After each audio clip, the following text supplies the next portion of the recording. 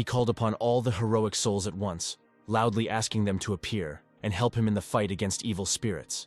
Yes, this guy was ready to single-handedly protect not only his young mentor, but also the entire human race, seeing this as the meaning of his life. One of the gods was the first to respond to Henry's call and was ready to join the fight with him, not allowing the boy to bear this burden alone. However, in the end, after a bloody battle, Henry's side was still unable to win, and they were wiped off the face of the earth, losing this terrible duel. The battle was so fierce that energy waves, similar to the impact of a meteorite, spread from the battle site across the entire planet. As a result, there was nothing left of the world, and the guy understood that he really died. But how could he be reborn after his death? Suddenly, he saw the familiar tower of the Cultivation Academy where he studied in his youth, and remembered that in his past life it was destroyed by demons.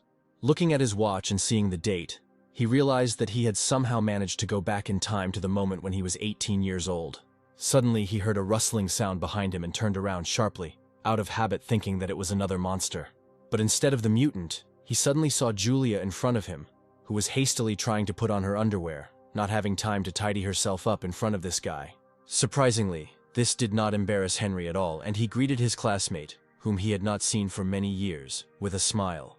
But judging by the poor girl's face, she was not at all happy about this meeting and was ready to sink through the ground from shame. At that moment, loud voices of students were heard nearby, who had been looking for Julia throughout the academy for a long time. The boys were sure that they heard her voice, and, deciding that she was in trouble, were ready to save her.